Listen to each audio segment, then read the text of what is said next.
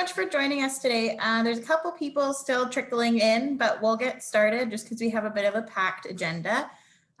Today we have Young Lee from Grand River Hospital, and he's going to be facilitating a panel with Mary Pat Hinton, who's the CEO and co-founder of Emitros, and Sabrina from Enabling Adaptations, who's the CEO and co-founder of Enabling Adaptations. So I'll let the three of them kind of introduce themselves, talk a bit about what their role is in the Waterloo kind of med tech world, and then we'll get started. If you have any questions throughout, if you want to just put them in the chat, at the end we're going to do a Q&A. So I'll order your questions as they've come in the chat, and then we can go from there. So yeah, Mary Pat, Sabrina, you guys can take it away. So I can go first. As the group can tell, we've rehearsed a lot here. So so good afternoon, everybody. Really pleased to be with you. And so my name is Young Lee, and I have the privilege of serving as the Vice President of Planning, Transformation, and Innovation at Grand River Hospital. I see some familiar faces and many new faces, and so really pleased to sort of be able to connect in this manner with you all. I've been at the hospital now for about 3 years or so, and prior to that, spent a good chunk of my life in the management consulting world with a large firm, and focused on a variety of different things, and some of which was sort of in sort of the tech and innovation space. And it's really, and prior to that, again, worked in hospitals for most of my career. And I promise I will not show any bias to Sabrina. I used to practice as an occupational therapist, and I'll let her introduce herself. Really pleased to be here today. I've been at the hospital now for about 3 years or so, as I mentioned, but it's really just in the last, I distinctly remember this because it wasn't, we made some changes in the hospital, and I had always owned our digital services or IT services team in that responsibility to answer the question of sort of what's my connection in terms of tech and med tech. And that's my responsibility. I have responsibility for biomedical engineering within the hospital as well. But as of March this year, I had the privilege of taking on our innovation and research portfolio as well. And so tons of synergy there and opportunity to start to bridge the connection between tech and innovation. And that's really the broader role that I've taken on now. And so really pleased to have gotten to know folks at the Accelerator Centre these last several months, and many others throughout the community in the context of COVID-19, which has brought many together. So with that said, very much looking forward to spending the afternoon together with you, and hopefully we'll have a good engaging dialogue. And with that, maybe I'll just allow Mary Pat to start and share a little bit about herself, and then we'll go through the rest of the panel. Great, thanks, Young. So yes, I'm Mary Pat Hinton. I'm the CEO and co-founder of Emitros. My story is I went to university for a very long time, around 18 years, and then I ended up getting a job at BlackBerry back when it was RIM. And I worked my way up through RIM and BlackBerry, and ended up leading teams of people who developed guidelines and standards focused on how to make technology easier to use, just to make it easy to use. How do we make information easy to find, use, and understand for people that are different around the world and unique? And at the end of 2013, I left BlackBerry, and I was figuring out what to do next. And I got some great advice, and someone said, don't just take that next job, really follow your curiosity. And I know we're going to get a question about this later, about why I started my business, so I'll talk about that later. But essentially, I decided to take my expertise and experience and apply it to something that I was passionate about. And I started my own business called Emitros. And Emitros is dedicated to helping organizations across the care continuum deliver exceptional personalized care experiences. So whether it's home care or residential care or patient care or transitional care, we want to make it easier for care teams to connect right here as people with the people that they support, and to support them through the care experience. So we let the experts take care of the bodies in healthcare, really, but we want to make the experience a good one, a well-supported one for patients, for families, and for the frontline staff who are in that challenging position to provide that personal one-on-one support while they're delivering care. And so, yeah, that's what we do. And that's what I do now. And I've been doing that ever since. So that's been about 7 years. And we Fantastic. operate out of Waterloo. Fantastic. Great advice about really at the end of the day, follow something you care about. So good for you, Mary Pat. Absolutely. Sabrina, do you want to go next? Sure. Thank you, Young, and thank you to everybody for joining today. My name is Sabrina Adair. I am a occupational therapist, like Young said. I am a mom of 4 beautiful children, and I'm the CEO and founder of Enabling Adaptations. I created an online portal for parents to be able to reach out and speak directly to pediatric professionals, to be able to gain knowledge, get advice, and build strategies to help their children in the timely manner that they need it. And this came out of a personal experience as well as working in the industry for over 18 years. And that has prompted me to create this where you can get that advice right when you need it, because that's when, as parents, we struggle the most. And it's so important right now in this time and what we're going through and the struggles we're going through. Thanks, Sabrina. Another great example of really just drawing upon what's meaningful to you and what motivates you, and turning that into an idea and turning that concept into reality at this stage. I love it when things work out when you're kind of worried that they may not. And I see our third panelist, Fred, has also joined. Fred, welcome. Perfect timing. And so perhaps just a few words, just introduce yourself to the group here today. Hi, everyone. Nice meeting you all. My name is Fred Newman. I'm the CEO for Cymot. And we founded this with Rodrigo, my good friend for 25 years. We founded Cymot last year, back in November last year. And our assumption was that it's not easy to talk about your mental health issues in your first language. So imagine in a second language. So we offer mental health support based on your language and cultural background. And we are just launching the platform. The platform is ready, and probably we're going to launch it by the end of tonight or maybe tomorrow morning. So we're pretty excited with a lot of things going on. And I'm really happy to share our experiences with all of you. It's amazing. Fantastic. Super. Thank you. So with that, folks, why don't we dive in? And each of you shared in your own little way a little bit about a quick genesis behind, what's got you to where you're at today in terms of your respective endeavors.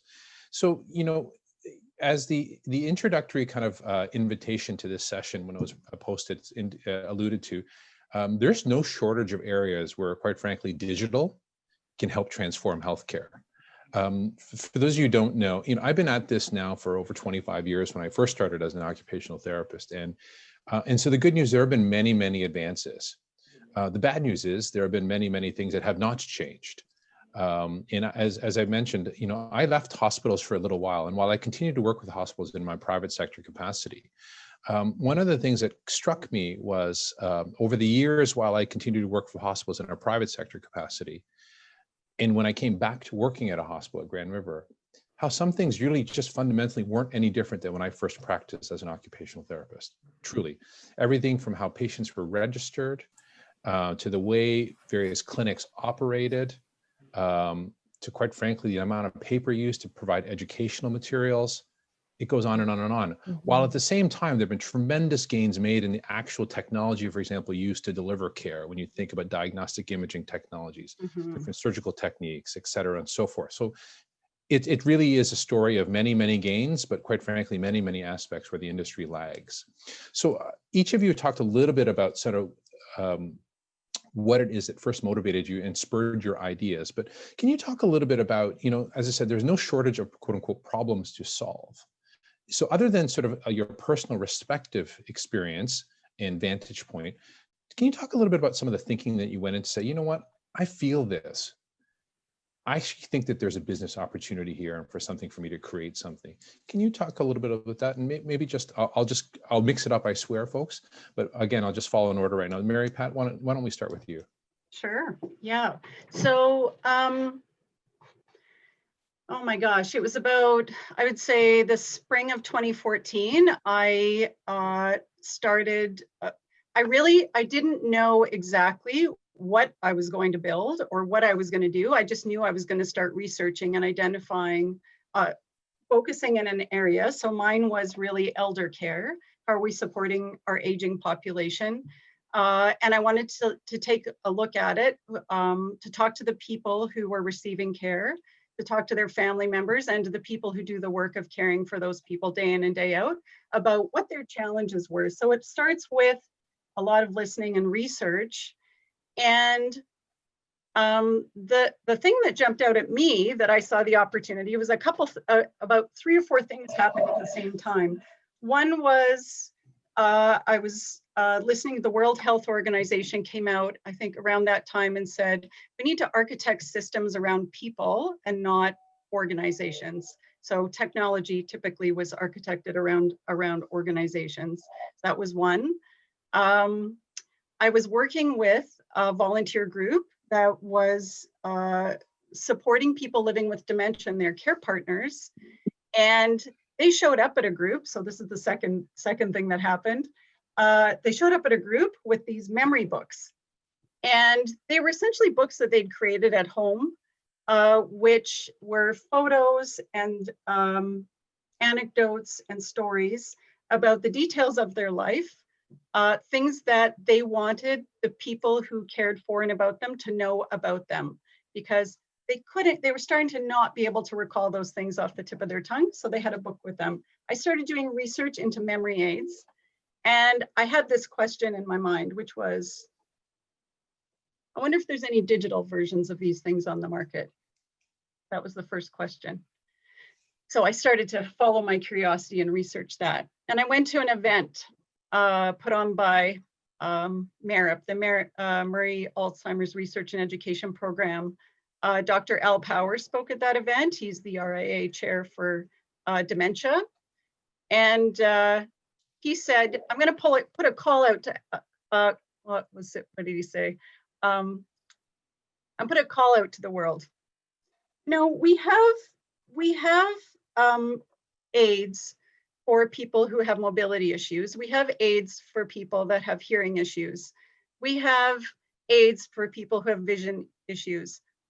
I would like to put a call of action out to technology people to create aids for people who have cognitive impairments, cognitive issues.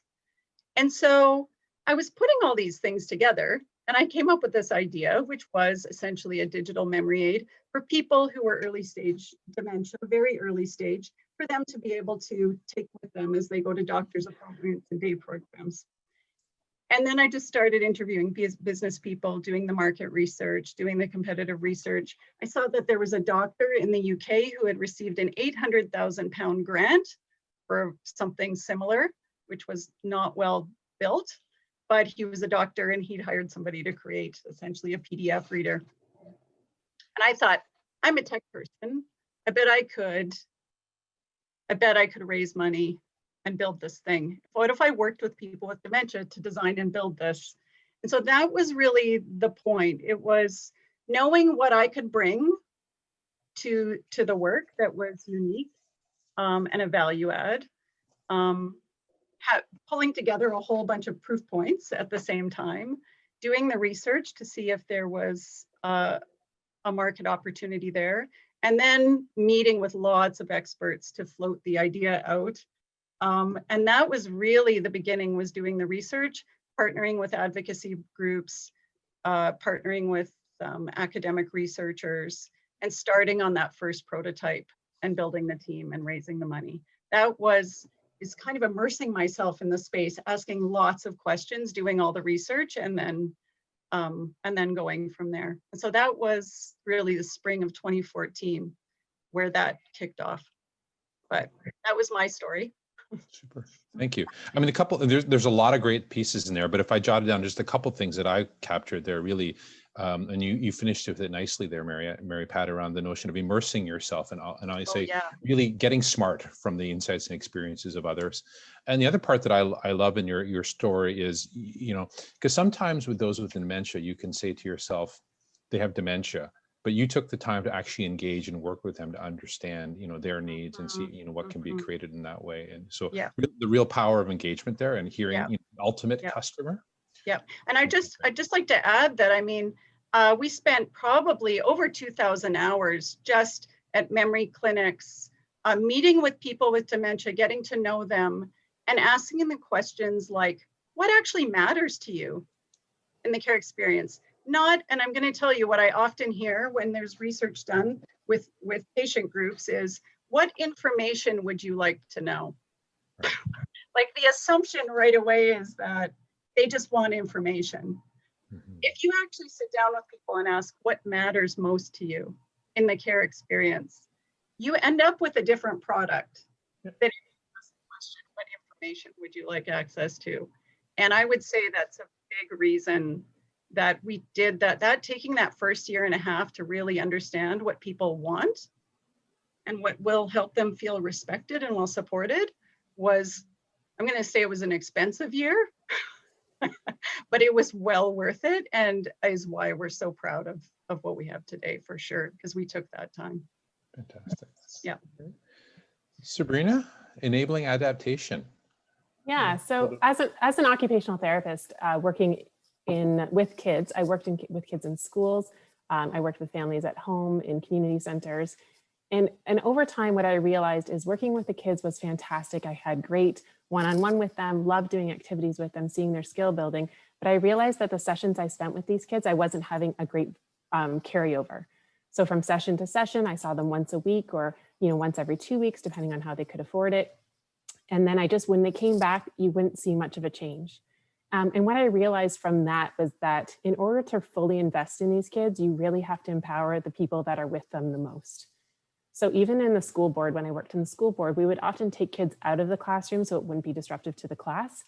But because we're out of the classroom, the teacher doesn't get to see what we're doing with the child. The parents are not there. And so it evolved from that thinking, why aren't we seeing that carryover? Why aren't we seeing a change in these children? And how can we better, invest the time that I'm spending to make that difference for those children? Then it came, fast forward a few years, to me having my own children and now having 2 children that struggle in the school. And what happened was, while they were struggling, I wanted to get them some help in the school board. And so I reached out and said, hey, I'd love to have an OT come into the classroom just to make some recommendations for you. And they said, well, you know what, they're not bad enough to get on the list. And just so you know, the list is quite long. And so I kind of dug into that, because as a mom and as an OT, I know that there's some easy changes that can happen in a classroom in terms of the seating, where your child is sitting, even some of the, small little things you could add to a chair that don't take a lot, that would be so effective in that moment. When I looked into it deeper and deeper, I found out that some kids are waiting 5 to 7 years. And so 5 to 7 years to have somebody tell them how to hold a pencil properly or how to, increase their focus in a classroom, you have now missed a huge opportunity and window to be able to help those children succeed. And so I realized then that we're spending a lot of time kids waiting on wait lists to be able to get the service of one-on-one therapy with the child. Whereas why don't we change that and focus directly on who's taking care of those children and invest in them and give them the resources, the support and the knowledge to then implement it on a daily basis, because that daily change is what's going to be more effective. Your child can't hold a pencil, but if you give them a toothpick and ask them to eat their dinner with a toothpick for 10 nights in a row, their pencil grip will dramatically change. But it's just those little tidbits of knowledge that a parent could get doesn't really change too much in their day in terms of, therapeutic time that they need to spend. But just a small change like that is enough to increase their ability to hold a pencil. It makes a big difference, small changes. And so what I did is I took that and I was like, well, do parents need to come to my clinic to be able to gain that knowledge? And I realized, no, they don't physically need to be there. I can have a great conversation over an online platform, be able to show them some of these skills. And so then that takes away the parents having to take that time out, right? Takes away the parents needing to get time off work, get their other children cared for. And it also decreases how much time I needed to spend with them. So one-on-one with a child, I would spend about an hour one-on-one, but I could accomplish what I did with a child into 15 minutes talking to a parent. So economically, that was more affordable for parents because the time spent with the therapist was less, right? Efficiency was there. And then the accessibility, being able to reach out from wherever you are. And so when I put this all together, I thought there's nobody out there doing that. So that's where I launched this idea that why don't we create a portal that you can connect to a bunch of different pediatric professionals? And that's where we're headed. Fantastic. And again, another great example, really drawing from personal experience. And I guess the differentiator there relative to Mary Pat's story is there's some firsthand clinical knowledge and experience on your side, which sort of also spurred some of the thoughts and thinking in terms of how best you can support. And what I love about that story is it's reframing the challenge in terms of you could have easily gone down the path of how do I improve the access in the school system or what have you, but you looked at the heart of where's that child ultimately going to spend most of their time in life, and who is the primary caregiver and supporter of their development and their needs, and that's, you know, that's parent and caregiver. And going with Mary Pat, it also creates that connection between who's helping that child, and you can create a conversation between the parent, who now is very knowledgeable about their child, the teacher, and then the child. So now you create a story that surrounds that child. Absolutely. And I think, Fantastic. yeah, I just want to, I know Fred's going to jump in here. I don't mean to, I'm excited because one thing I think, what I hope I see happening, the transformation I'm hopeful, is that family members are truly experts at delivering care, and treating them as trusted experts that are worthy of respect and being included in kind of the care planning conversations. They are often willing to take on some of these responsibilities. They just need to be included. And they actually often have so many valuable little nuggets of insight to share. So, you know, my platform is all about how do we get those insights into the caregiver's hands, the care practitioner's hands. How do we make this more of a giving and a receiving? So that's why I say often people, the person who receives care and the family members, what matters most to them is being heard, mattering, knowing that what's in here actually matters and is considered as part of the care experience, giving them an opportunity and a platform to share and be heard and to contribute in a meaningful way. Is it also, then it offloads some of that responsibility from the system as well. They're willing to do more. So I think there's an exciting thing happening right now where I see people kind of that it takes a village approach, like people are really trying to figure this out together. So, okay, I'll be quiet. No, it's all good. Thank you. But I am going to use that segue because it's actually a nice little segue to Fred and specifically great. Around the notion of, you know, again, because, you know, Fred's, the business that Fred has started now is really all about exactly that, engaging people and giving them a voice to share their thoughts. And in particular, what I heard you, Fred, which is powerful in terms of in a means which makes them most comfortable and ease with which they can express themselves. So Fred, perhaps a little bit about, you know, a little bit more behind the details of your story and how it is you brought Cymot to bear thus far. Yeah, I think I'm going to start with the word voices. This is the name we chose for our blogging platform that we're going to have there at Cymot, because we want to give voices for each one, like show their voices. And the reason why we decided to create this business is I've been friends with Rodrigo Bergel. He's in here as well.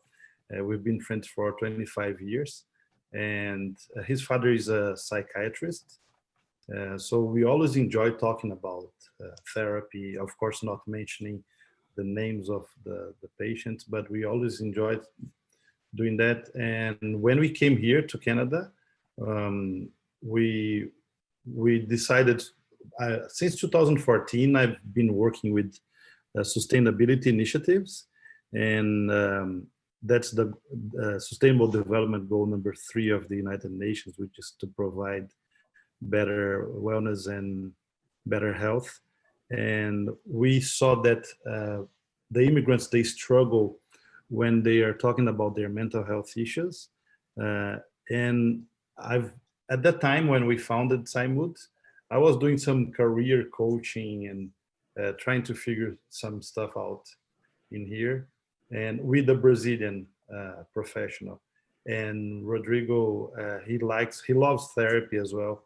And we found that when you have those experiences, like your childhood experiences, everything that involves like the place where you were born, the place where you were raised, when you go to a different country, it would be much easier to talk about all those experiences, all those, like, I mean, the whole cultural background, and your language, it helps if it's from the same, if you're from the same country.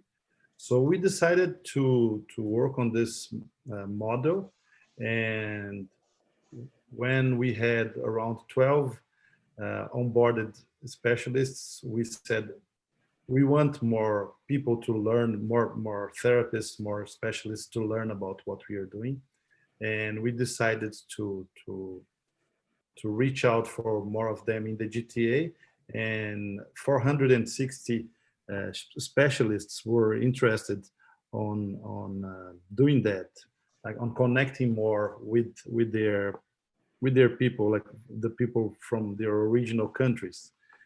They, like many of them, have Canadian clients and they are very happy with that, but they felt that interest on doing that, and that's where we are working on this path now. We are starting with 30 confirmed specialists, 25 to 30. We're still onboarding all of them. So, and we're going to do the soft launch now to make sure that our assumptions are real. Like, and basically, I think that's what was our beginning. The point of start that we decided to create the platform. And after we talked to like many therapists, they all told us that, oh, it's a good idea. And we always felt that this connection, when involves language and involves cultural background, I think it makes things easier. And yeah, that was our starting point, our reason to start everything. Thank you, Fred. Just Bill, Sabrina, I'm going to come back to you next with this question here.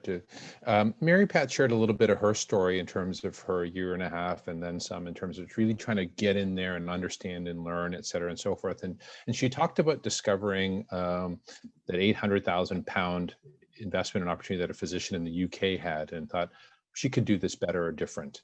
Just, can you talk a little bit about, in terms of, as you sought to solve the problem that you have now developed a solution for and are building a business around, what kind of process did you go through in terms of understanding the fact that, in fact, you were building something that was differentiated and something that there was real need? Because, I'll just, from personal experience, and even not in the tech space, I think about any number of times where there's changes we wanted to implement in our world in the hospital, as an example, or others, where we think, I'm going to go do this. But inevitably, what I found is somebody else has already done it, and then I go learn from them, et cetera. And so that's not even a tech example. But the point is, we've all had examples where we get this idea and like, oh, someone's done it. So we kind of, rather than recreate the proverbial wheel, we build on it. But talk a little bit about your experience in terms of saying, you know what, this is differentiated, and I think this is something that, we can build something around. It's interesting that you bring that point up, is that when I looked around to see who was doing it, there's actually not very many people doing it in the therapy world. And so there was a lot of people doing it in the mental health field in terms of psychiatrists or psychologists and social workers. There was some people doing it, nutrition, dietitian, where you just have those one-on-one, but with a hands-on therapy, there wasn't a lot of people doing this kind of online visits. When I did look at the people that were doing online visits, they were still trying to recreate what a therapist would do in a clinic setting on an online portal. And I thought that, with having kids of my own, that doesn't really work very well with kids, because I'm trying to engage like a 2-year-old and, trying to have them do stuff and keep them active, but I'm not really getting that hands-on feel. Mm-hmm. So it just didn't make sense to spend my time doing that. And then when I kept looking around and looking at all the other options, there wasn't a lot of other options. And so then I just began to look at, okay, well, who's there for parents? So if you take it away and say, well, who's there for parents? And then I realized that there's a lot of peer support for parents, which is fantastic, meeting up with other parents that have, kids with special needs and having those communications. So the Autism Society is great, Learning Disabilities Association. Even in town, we have in Waterloo region, we have a Parents Helping Parents, which is fantastic. But then you're only getting one parent's perspective. And so depending on who you get matched up with, that's that parent's experience. And then I realized, well, as a therapist, I have the years of knowledge. I have the background, looking at patients through a holistic perspective, really looking at the entire environment, how it all plays in together. And that I have that knowledge to be able to give, right? So then how can we combine that online? And so it kind of came down to nobody is doing it. So then I had a lot of people say to me, well, it's not going to work because nobody's doing it. And I was like, but at the same time, I'm a parent and I know that I struggle, but I can't take my 4 kids to, places with me. I have limited time. I have very small amounts of, but if somebody could tell me what I could do better as a parent, or what I could do differently to help my kid and just give me these helpful hints, I would be able to change it effectively at home. And then I'd feel better as a parent because I know better. Which is the big Maya Angelou quote where she says, if you know better, you do better. And I really feel that empowered me to say, you know what, just because nobody's done it before doesn't mean it can't be done. And so because of that, it really has prompted me to keep going. And the more no's I get, and the more people say you're not going to be able to change a system, the more I get prompted to keep going. Because I really feel like just because it hasn't been done and I haven't been able to follow somebody else's footsteps doesn't mean it's not possible and doesn't mean it's not the right thing.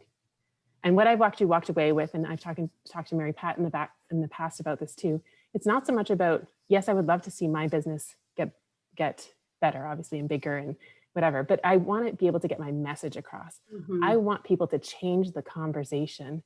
Why are we investing so much in one aspect and not looking at the big picture, right? Why do we spend so much on mental health, but then not focus on a child who's waiting 5 years to learn how to hold a pencil? Why don't we look at the bigger picture? Take that step back. Who are we not supporting in this whole cycle from kids to adults, right? Where does the support need that's more efficient? And so this is where I was inspired by the no's and not following anybody else. I'm kind of trudging my own path, which is hard. And that was another question. But that's where I feel like it's moving in that direction, and people have done it with other industries. So I feel like it's possible. Fantastic. Just curious. I mean, at the end of the day, what I've heard so far from each of you has been it boils down to conviction, passion, and quite frankly, the willingness to roll up one's sleeves and dig in there and do the work. Just curious, and maybe I'll just turn this one to you, Fred, just to sort of spread the wealth here. Any tips or tricks in terms of resources, outside of rolling up one's sleeves and digging into the areas that are, you're hypothesizing a pursuit in, and then ultimately pursuing. Other tips, tricks, resources that you guys have discovered along the way that future entrepreneurs like yourselves can actually tap into help the research process? You're just on mute there, Fred, as you're contemplating a response. Sorry, here we go. Yes, I think that the entrepreneurial process is very interesting and it demands a lot of time and passion to go on this path. And I think that focus helps a lot because you know that you're here to solve a problem. You know that when you breathe that into your daily activities, and you know that you're here to solve this specific problem, and that probably there are other organizations doing the same, trying to answer their own problems, but we know that we have this mission and we have to focus on helping that. And there's a lot of tools in the market for to help us do the research, but I would say that basically it's like trying to understand the pain points. When you realize that you're here to solve the main pain points that involves what you're doing, like for example, the stigma that a lot of immigrants, especially male, they come with their families here to Canada, and they have a lot of pressure on them, and they have to correspond. They have to give something back to them, to their family, to their society, and it's not easy. So you have to understand what are the pain points that you're trying to solve, and I think in the research process, and that helps a lot. Okay. I would say that. Okay, thank you. So Mary Pat, we'll come back to you now for this next one now. So you know, having had a chance to do a little bit of research, and you and I had a chance to have a brief conversation, you know, late last week as well, to connect, you know, in advance of this, which was lovely. You know, can you talk a little bit about what it took to sort of get that, you know, that moment when you had that first breakthrough, that first client that said, you know what, let's go do something, whether it's a proof of concept, your first sale, and, you know, how did you sort of cross that barrier, that threshold? And, you know, what were, you know, I'll say your top 2 or 3 challenges along the way to get to that place? Yeah, I would say that's a really good question. So we had some, of course, this is the fun of being an entrepreneur. You have unexpected things happen along the way, which is honestly, that is the joy of it, is the unexpected. If you work at any other business where you are working for someone, you have a certain number of goals you have to accomplish, and you come up with a plan on how you're going to accomplish those goals. You might have some unexpected things that happen, but nothing like what happens when you start your own company. And so when I started this company, my first, the business plan was always to start with the person at the center, keep that person, the patient, at the center, build an experience, design a product for them, and then work our way out from there. So to start with the person, then to work our way out to the experience of the family, and then to work our way out to the people who do the work of caring for all of those people, and then ultimately end up bumping into the organizations who support and employ those people. And rather than starting with the organization, we started with the person. So as we were building our first product, Memory Sparks 1 was not called that at the time. It was just an app that was going to be part of this bigger product. We had the people with dementia who were trying it out, who were saying, you know, I would just buy this myself. If this was just available today, I would just pay for it if you made it available as an individual standalone product. So we took a pause, and we decided to take a little detour into B2C sales, digital marketing, selling direct to consumer. And we learned a lot of lessons. It was incredibly challenging. And the cost of marketing, direct to consumer, digital marketing was just through the roof. And we were seeing sales, but it was not it wasn't sustainable for us, for a business our size, to do that. So we paused. And while we were pausing, we were looking outwards to the organizations, the different segments we wanted to sell to in our business plan. And organizations started coming and knocking at our door. The first one was Woodingford Lodge in Oxford County. So they had a family transition program they had just gotten funding for. So think of people that are on a wait list to get into long-term care. So they can be on a wait list for up to 2 years. And it's stressful. It's a really traumatic time for them. And so they had just gotten some funding, and they came to us and they said, we heard you have this product which has all these details about a resident. There were people can populate details there. What would you think about us using that product to prepare the staff for someone who's about to move in? So they have a wonderful first moment right from the first day. And we had just started building that product when they came to us. So I said, would you sign a letter of intent saying you'd be my first customer? So that was one. And then we picked a few segments. So assisted living, like private residential care, we'll say assisted living. So where you have retirement living and they might have a memory care unit. We went to one of those that's local in our region, and then one that's a dementia care specific, like a small chain of locations, and then a home care company. And each one of them, when I showed them what we were building and that would be ready in December, I said, would you be our first customers in this segment? And they said yes. And so knowing that we had hit on something that a business would pay for in healthcare, those were huge proof points for us. And that was what I needed to go and raise more money, to be honest. That is what you need the evidence, you need the. And one thing I think we have really touched on is that we are all businesses that have to generate revenue, and we're competing in a very competitive industry. And that is up pressure to get those yeses from larger partners is really significant. It's one thing to get yeses from people that you know, that you like, a group of people you like, but taking that next step is incredibly challenging, where you're putting a product out there on the market and hoping people pay for it. I'm not sure if that answers your question, Young, but that was really the start, was getting those letters of intent from those first 4 partners. So I just more contextual question, just because and I don't want to dive into this now for the panelists, but I do want to touch on this a little bit later. But when you talked about some of those initial homes, just so I can sort of frame this properly for myself, I presume those were homes that are privately operated? Yeah, so the two, one is a local retirement living, so Luther Village is their name. I don't know if you know Luther Village. Yes, and then the other was Highview Residences. Okay.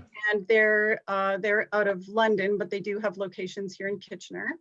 Okay. And those are private. And then Whittingford Lodge in Oxford County is publicly funded. So that's 3, and they've expanded from 1 to 3 locations just this year during COVID with us. Yeah. Thank you. Thank you. Sabrina, how about your story when you had that first breakthrough? I think mine was a little bit more seamless in terms of the fact that I was seeing children one-on-one. And then when it came to parents complaining, my child doesn't want to come to therapy, or, even having, when we had to transition, or, if I wanted to meet them online, the parents would say, look, my kid won't sit in front of the screen. What it naturally came to was, how about you and I just have a conversation? And so that's kind of how I managed to solidify that, where parents had those conversations for 15 minutes and I was able to show them the strategies, and then they would come back and say how effective that was. And partly because I'm also a believer in making it as practical as possible, right? Like the example I gave about the toothpick before is as simple and integrated into the day.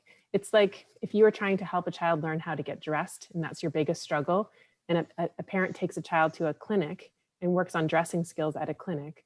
Well, that's not where the child will struggle getting dressed, because you're playing dress up at a clinic.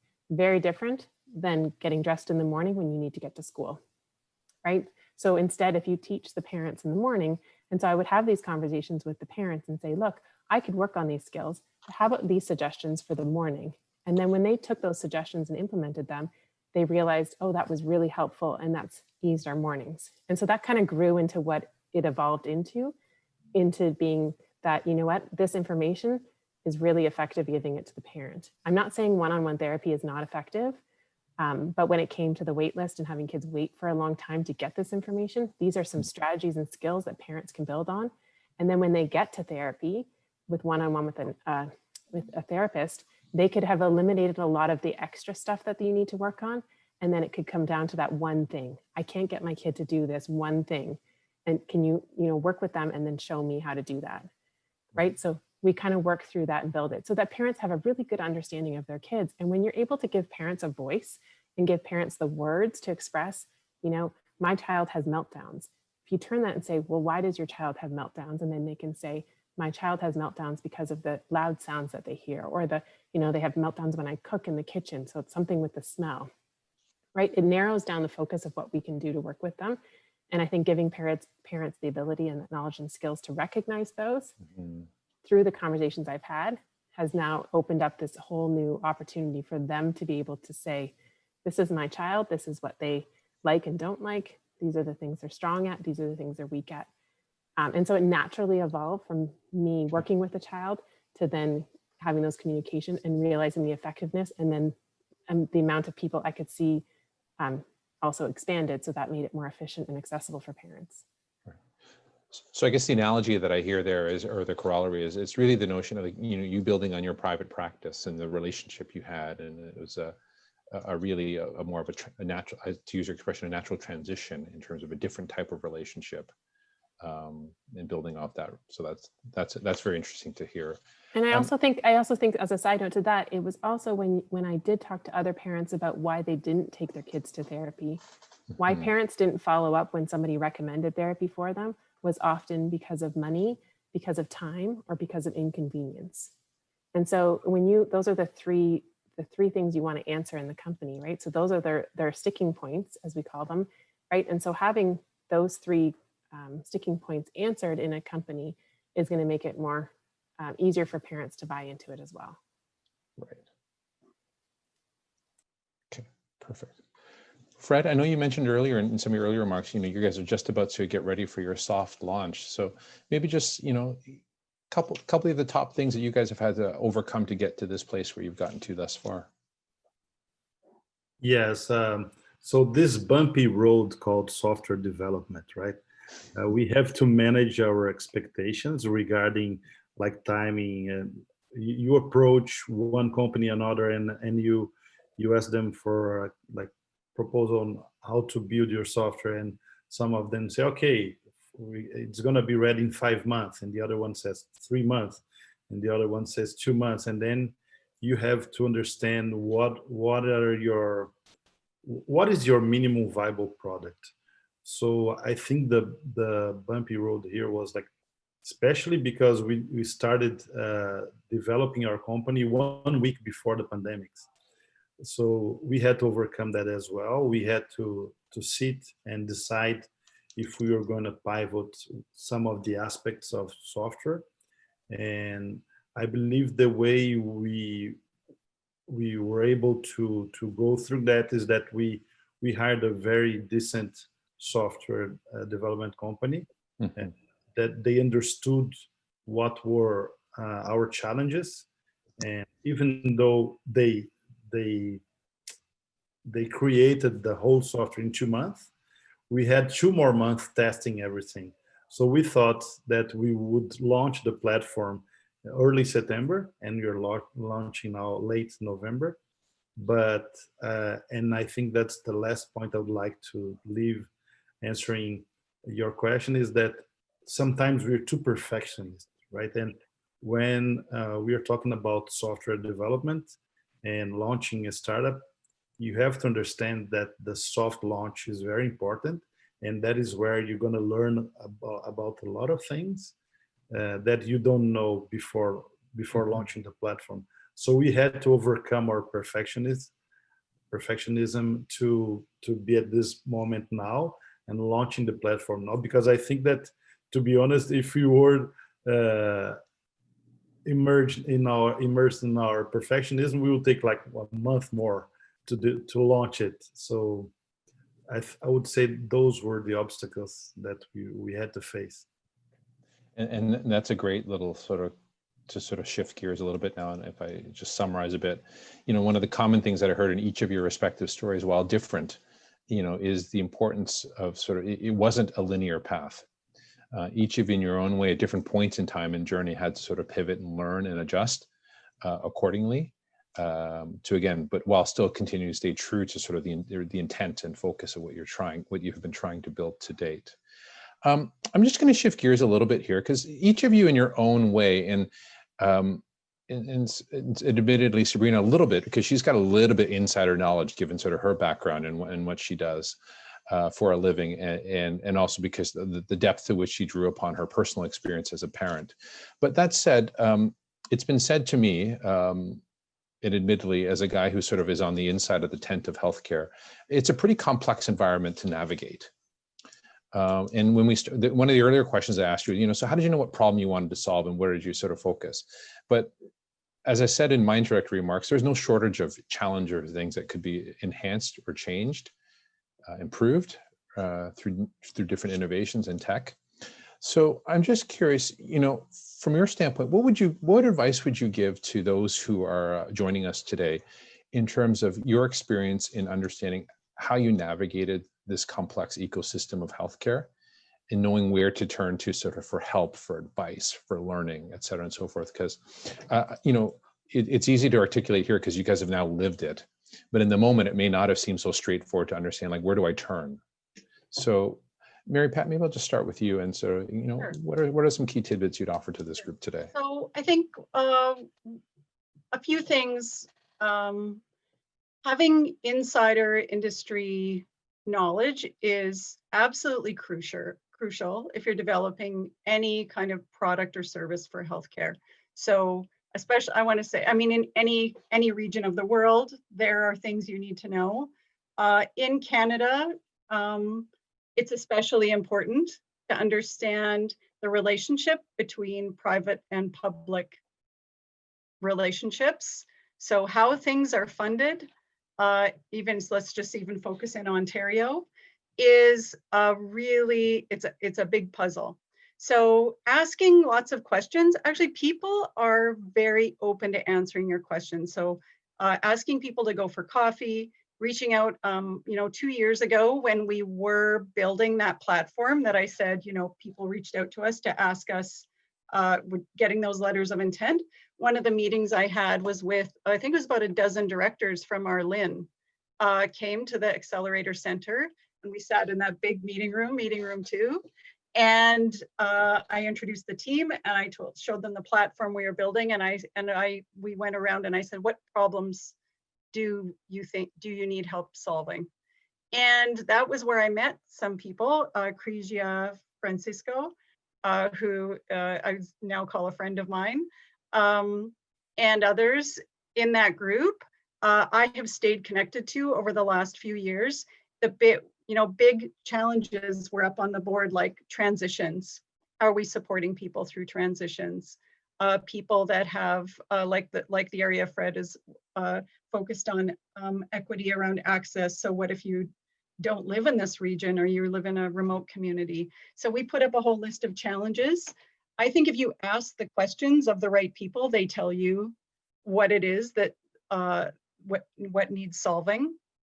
So not being afraid to reach out to people at the LINs, or people like Young, if you can get Young's time, but people at hospitals, whatever it is what area you're focused on. So if it is childcare or mental health, to actually just go find out who works at those places and ask them for 15 minutes and a coffee, and let them know what you're working on. People are actually quite open. I think a lot of us are kind of scared. We don't want to bother anybody, but that's really, really important. And you will hear information that you need to hear. You'll hear whether you're on the right track or you're on the wrong track right there. So that's going to save you time and money. And then the other piece of advice that's, I think, I wish I had done this sooner, is to connect with companies that have just walked the path. So people that have come before, they've just learned the painful lessons. So in my case, it was just in the last year, I've connected with IntelliJoint, for example, and I see some people from IntelliJoint are listening in, so hello. But that's been incredibly valuable to understand, to learn the lessons. And what they do is they take you under their wing, and they show you who to talk to, what paths to follow, what not to bother trying. And that's, I mean, the time and money you save from learning the lessons of someone who just came before is just invaluable. So those are the two big things I'd say. Reach out to people that you think probably are too busy, take the chance and ask for a meeting. And then, and learn about the system. So learn about how the government works, and learn about how hospitals work and how everything's funded and how everything's connected. And of course, if you're dealing with private companies, that's easier because you just go walk in the door and sit down with, and they have their own little entity and a budget, and that's really straightforward. But it's really our publicly funded system is a bit of a maze. So making the effort there is worth it. I hope that's helpful. Oh, you're on mute. I swore I told myself I wasn't going to do that at all today, but I failed. Fred, you're on mute, just as a heads up for you, so you don't repeat my mistake. What one or two key nuggets from your end that, if there's anything different you would add in addition to what Mary Pat's just offered up? Yeah, I think that the whole, I like what you said, like when you ask, don't be shy of asking specific questions to the ones you like to be involved in your community. And sometimes we do get shy and sometimes we don't ask. And I think when we have two amazing psychology advisors that they've been with us throughout this time. And I see that whenever we had a challenge, an obstacle, and we asked them like their opinion on something, we got answers that were very important to our development. So I think that being able to connect to your community is very important. And we were able to do that organizing 2 events prior to the launch that we call Cymot sessions. And we decided to connect always a specialist, a therapist, with the professional from another area. And for example, the last one, we connected a psychotherapist with an entrepreneur that she creates videos for kids. And the theme was child's mental health during the pandemic. And we were able to get a lot of answers to some of the themes that we wanted to learn more. And I think that, yeah, reaching out to your community, like be it a community of therapists or community of fellow entrepreneurs, that they always have had the problem that maybe you haven't faced yet, and you can spare yourself of facing them if you take some of their steps that they already did. And so in that way, you were able to not need to overcome that barrier as well. Mm-hmm. Thanks, Fred. Appreciate that. Sabrina, just, same question for you, but, I'll be particularly curious on because it's slightly different. It's, we have 2 people here in terms of your co-panelists who lead with tech and have branched into sort of health through a lot of hard work, effort, and learning. You're the opposite, where you started actually, patient client care, and now you branched into that piece. So maybe just a little bit about your experience, some of your key learnings in terms of getting going, and in particular learning, where do you start on the tech side when you decided, hey, I want to build an online platform for my kids and their parents? It's actually really challenging, because actually being thrown into become a tech founder was, as soon as I heard the word that I'm a tech founder, was quite interesting, being an OT all my life. But I would say that coming into that way, I understood the healthcare system. I didn't necessarily agree with the healthcare system.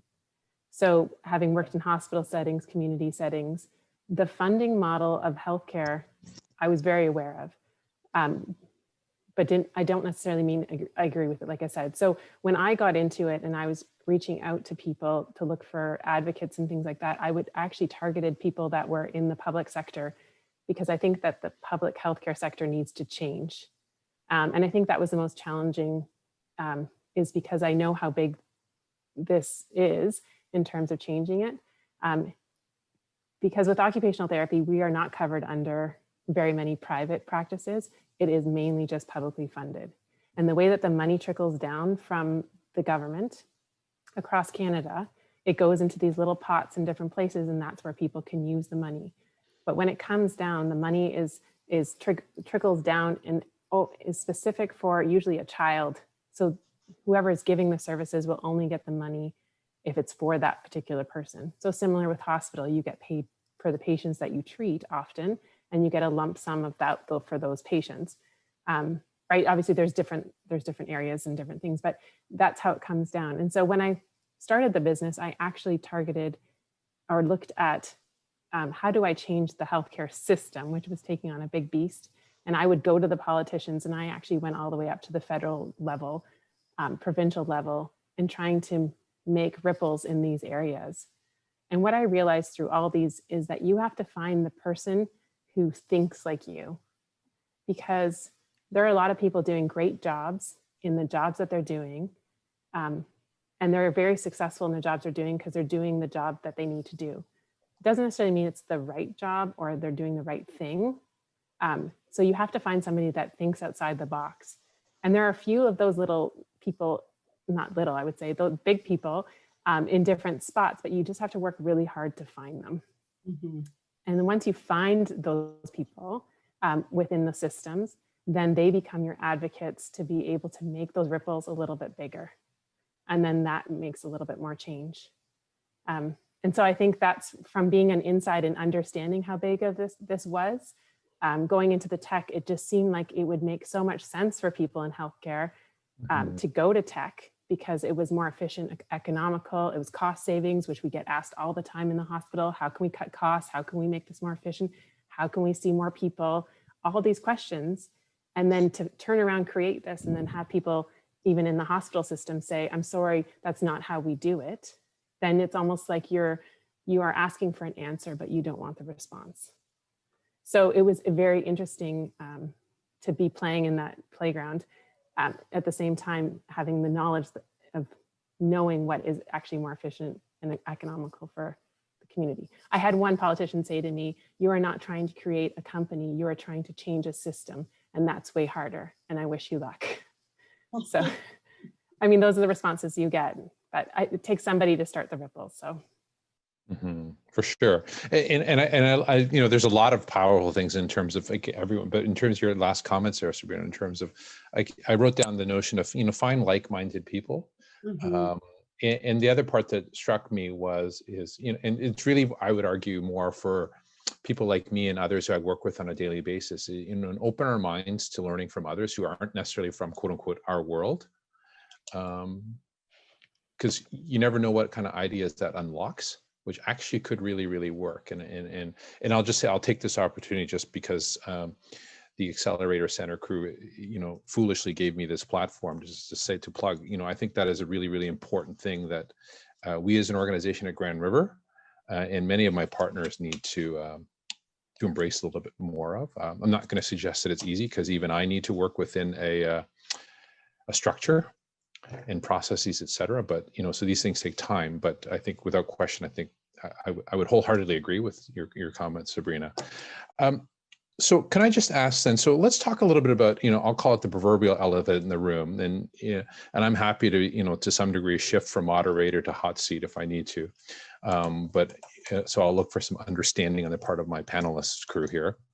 And I'll also just take this opportunity to, I'm not seeing, at least in terms of my screen, a ton of questions flowing from the participants. So please don't feel free, don't be shy. If there are things that you wish to ask, don't feel like you need to wait for the end of the formal conversation. We only have a handful of more questions really formally, but please feel free to get those questions in the queue and we're happy to sort of take those and continue the dialogue. So with that said, you know, a couple of times we've talked a little bit about, and each of you in your own way, just get started.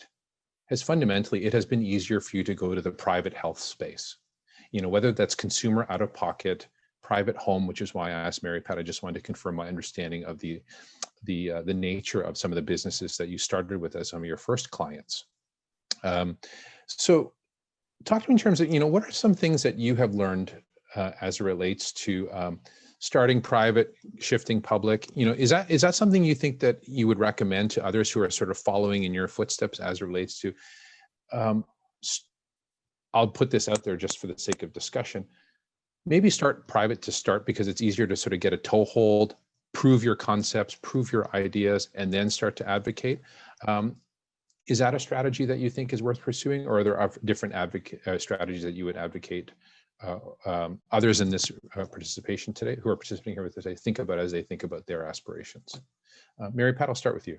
Sure. Yeah, absolutely. I think if what you have built, if what you're building is something that is something you can sell to the private sector, absolutely the yeses are quicker because the decision maker, typically there's, you know, one team that you need to get the yeses from.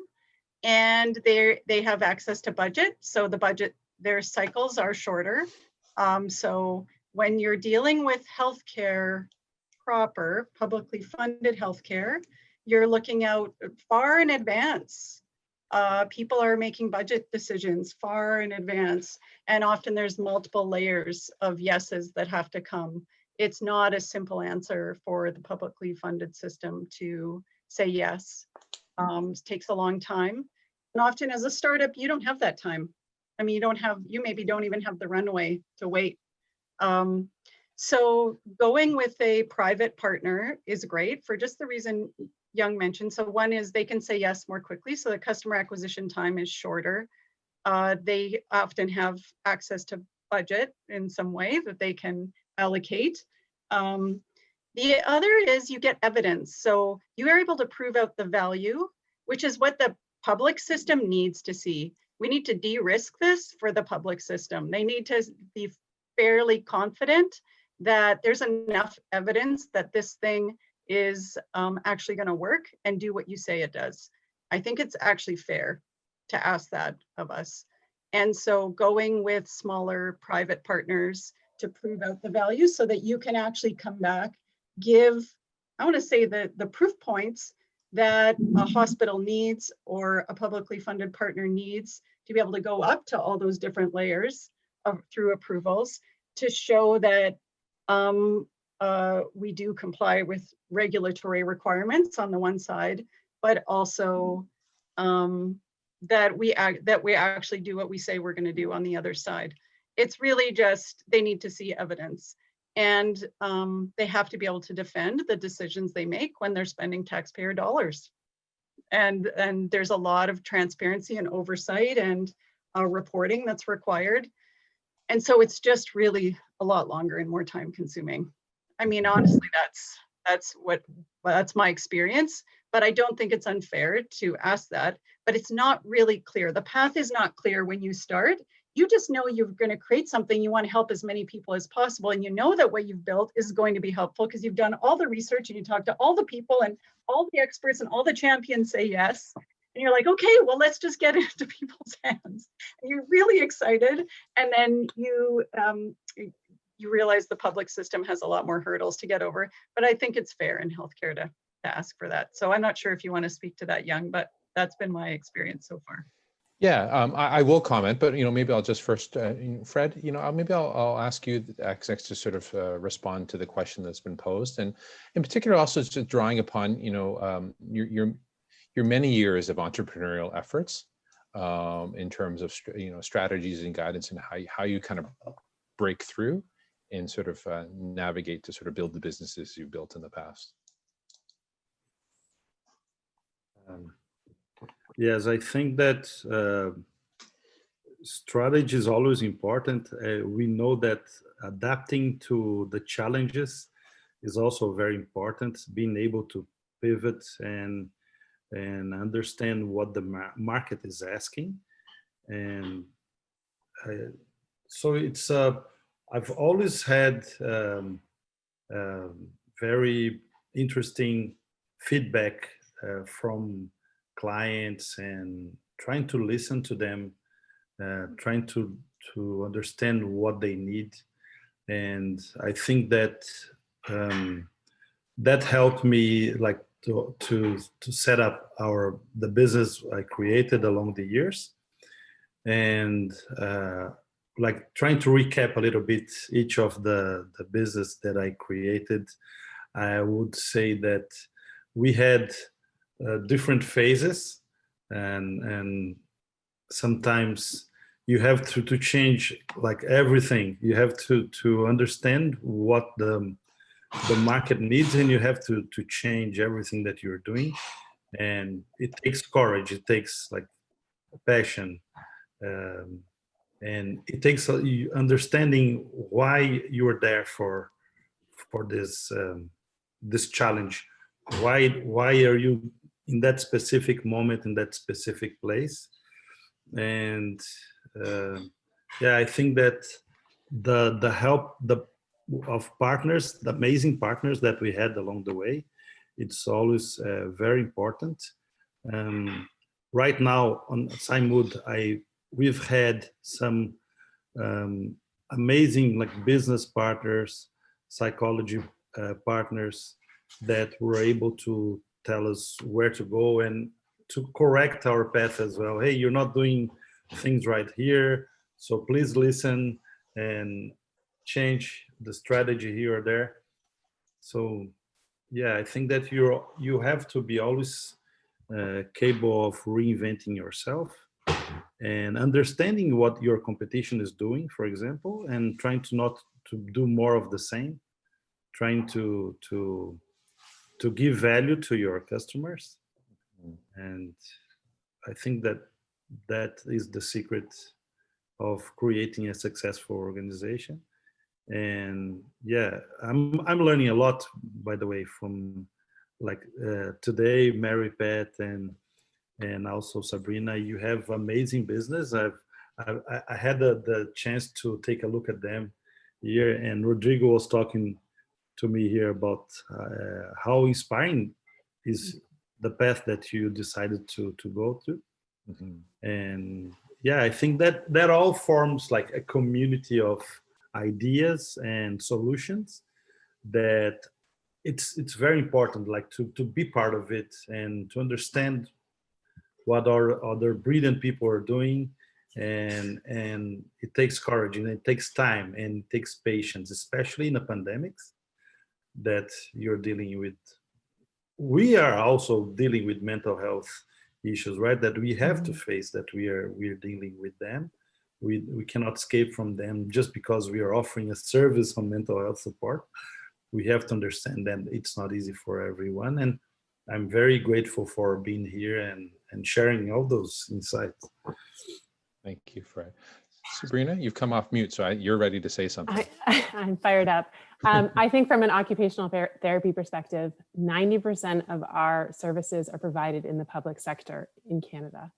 And so having that, we have a very limited opportunity to challenge this or try it in the private sector. And so with that being said, it's having partners within public sectors. So for instance, I'm going to put you on the spot here, Young, is that the community looks to leaders within your facility. I'm going to say that, the head of pediatrics, the people in the community look to the head of pediatrics to see what their thoughts are on what we're doing. And if the head of pediatrics said, here are some great opportunities or great options for you, right? Or even gave us a chance to have a conversation to say, what is it that you're offering? And we could have those conversations. The ripple effect from that would be immense. For instance, if the head of pediatrics said, parents are struggling, these are opportunities for parents, and it doesn't have to just be my company, but if they were open to be able to look at what's out there, the family physicians would then be able to say, hey, why don't we try this avenue and alleviate some of the stress off the pediatricians in our community, or, and then that would ripple out to the family docs. And the challenge is that the family docs are looking up to you as the leader in the community, right? And right now, Kidsability is the flow out of the hospital. So the hospital goes directly to Kidsability because it's the publicly funded service in our community. But that flow outwards, just because that's how the money flows outwards, doesn't necessarily mean that's where the publicly funded money goes.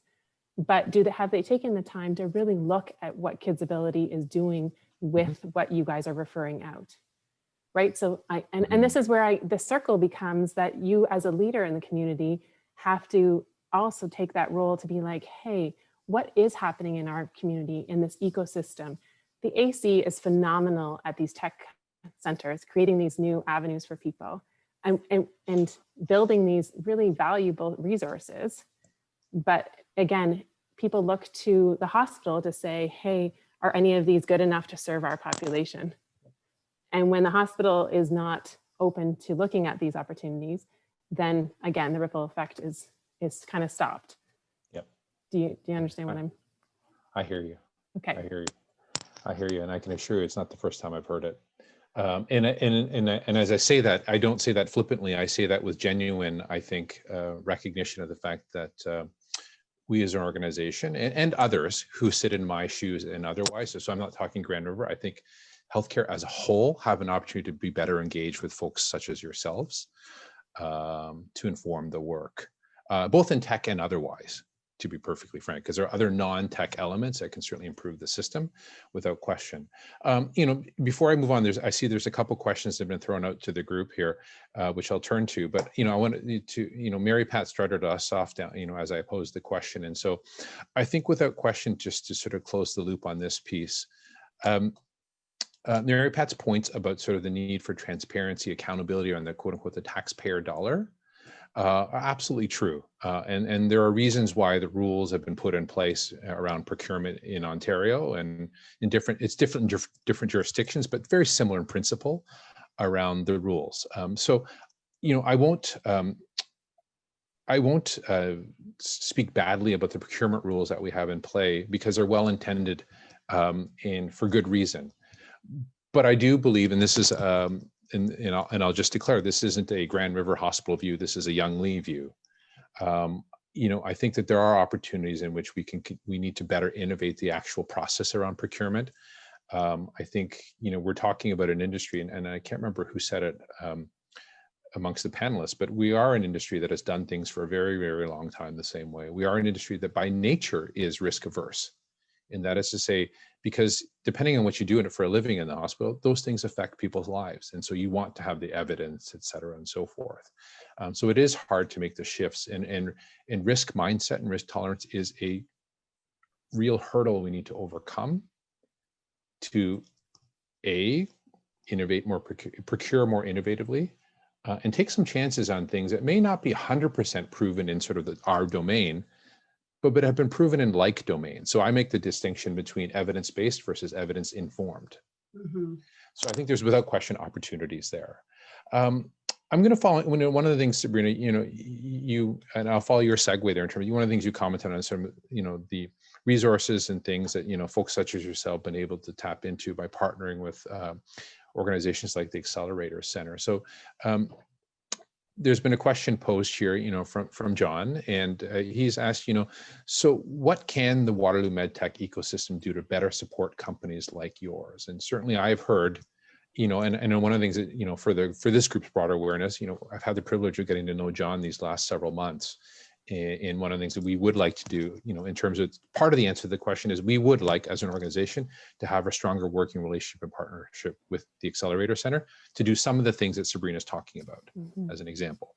So, but that said, more broadly, and I'll come back to Mary Pat again, just to start us off. Thoughts in response to the question that John has posed in terms of the broader ecosystem and how it could better support companies like yours? Mm-hmm. I think I'm just going to ride on your coattails there. And you teed it up pretty well, which is to really more formalize the things I talked about in my last response. A way for tech companies in our region to learn from each other's experiences. So, Mix has started something there, which is exciting, bringing together with the Medical Innovation Exchange. But I think even deepening those relationships across the incubators in this city, so that maybe it's through events, panels like these, where we're even just, as Fred said, wow, I've already learned things just from this one conversation. Knowledge sharing is really powerful. Just really giving us a space and a time to have conversations like these. And it doesn't even have to be that strongly facilitated or moderated. Just let us have 2 hours in a conversation with an invitation, and probably we would tackle a whole bunch of things that would be helpful to everybody. That's one. The other is having dedicated experts in-house at, whether it's the AC or any of the, I have a soft spot for the AC, but having people in-house that have really just come, either they've worked in the health sector or if they've had a tech company themselves that maybe it's exited, or they've had experience there, or they've worked in the government and they understand how even procurement works. Somebody in-house that can work with the health tech companies that are up and coming. And it could even be, it doesn't have to be a full-time mentor, but somebody that we can tap into to have access to, that would be great. And then Young, I would love to see a more, a strengthened relationship with Grand River Hospital, with the LHINs, so that there maybe is an opportunity to do more of, what I did 2 years ago. It was really just because I had connections from my old BlackBerry, I'll be honest, my old BlackBerry days. Elliot Fung said, I'm going to reach out to my friends and I'll call them and we'll set up a meeting. And they came in. So I had a whole group of directors that sat and actually took time with us. It shouldn't be based on who you know, right? It should be, so I feel pretty lucky because of my experience in Waterloo and working my way up through BlackBerry, I have access to a network of people that not everybody has. It should be more about there's processes and systems in place that anybody who has a fabulous idea should be able to have access to those experts. So solidifying some kind of a channel where we could maybe have a meeting, even if it's once a quarter or something, but something that we can rely on. That would be great. Yeah. So what if not, you said a lot of powerful things here, but I think if I summarize, it's to some degree formalizing a lot of the informal things that are happening, but perhaps having them occur in a more structured manner on a more regular cadence. And I will ignore the fact that you basically said you don't need a moderator. So you've been amazing. We'll move on from that comment, Mary Pat. So Sabrina, anything you'd like to add from your vantage point? I think there's two different ways of looking at this too. So Mary Pat, in your whole speech about procurement is very interesting because that's when there's actually a tangible physical product. Yeah. So I think that's different when you have to bring something in. On the perspective of my company, I think that the hospital has a responsibility to its community to provide knowledge. And knowledge is not necessarily something that needs to be procured, so it doesn't need to follow those rules. But knowledge is something that everybody has the power to give others. And you said a key thing about risk adverse. So there's a lot of people that are risk adverse about giving knowledge because they don't want that knowledge to be taken the wrong way, so they just don't give any knowledge, right? So you may know that something exists, but you don't want to tell anybody because you don't want to be held accountable for any of that knowledge you've given.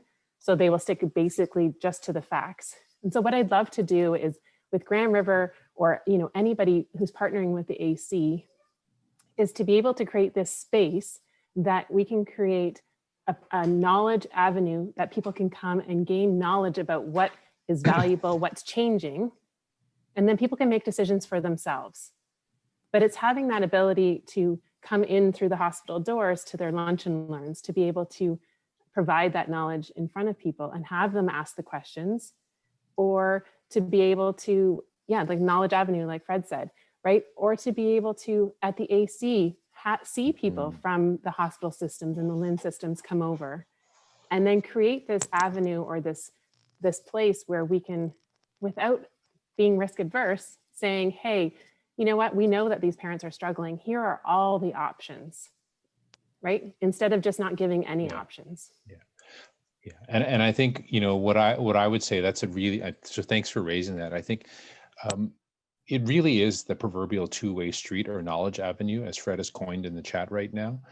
And by that, I mean, part of the ongoing challenge in healthcare, I would say, is it's fast, as much as it seems very slow on many levels, it's fast moving in terms of the amount of things that are happening out there. And every time I turn around, I'll just tell you, there's a different product, there's a different solution, and it's hard to keep on top of those things. So your point is well taken about, even on our end, it's important that we keep connected, because then we learn about what's happening out there, what options are there, that businesses like yours are available. And, as we continue to sort of, as opposed to, again, necessarily, staying confined to sort of what we know, and the proverbial, I'll say, it's the function of discovery as opposed to the proverbial, I'm going to throw an RFP on the street and then see what the market brings to me. Because the reality is those RFPs right now are, it's not to say they're fixed, because they're not. They're very open, transparent processes, but there are targeted channels and means by which you need to obviously be on such distributions. And we need to, and the innovation procurement comes in where we need to critically evaluate how it is we evaluate and make those judgments, as Mary Pat has indicated, to ensure we appropriately use taxpayer dollars, such that they're, quite frankly, not skewed towards the quote unquote proven, right? And the old and tried and true, which may or may not be the best way to go. So with that said, that's a little bit of some of my own soapbox. Can I also say that the Six Sigma, I don't know if you guys are doing Six Sigma in the hospital still, where you're doing the flow of patient care. I've done it with the hospital systems in the past, and it stays within the hospital, when the patient walks in the door to the process to come out. I think one of the things that really needs to happen is to go from the point of your door outwards. And I think that once they leave your door, you still need to continue that patient to make sure that they are being cared for so that that cycle doesn't happen again, right? So for instance, right, you understand that I'm going to stick with pediatrics because that's where I'm at right now, but you understand that kids come into the ER, they travel through, they see a pediatrician, they get discharged, they get sent to Kids Ability. But do you know what happens when they are in Kids Ability or don't get into Kids Ability and how they end up back at your door? So that whole process of the patient care and patient flow needs to continue outside of your sector to understand why the cycles repeat. Yeah. And I think that's really important, because Mary Pat's point with her product is going to be the same with, lack of patient care and knowledge about the patients. They will go out, but when they come back in, they will be slightly different than when they went in the last time. And if her product came with them, you would be able to see where they're at now, right? So things that have changed with them.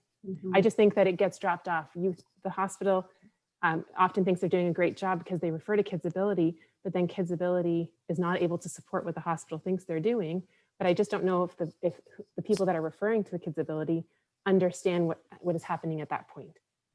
So do they understand the 7-year wait? Do they understand that there's and if they can't be seen, what's happening to those people?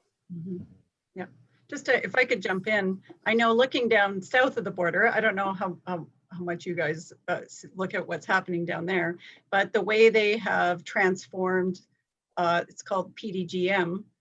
So looking at the weighting of the way payments are given by insurance companies based on certain outcomes.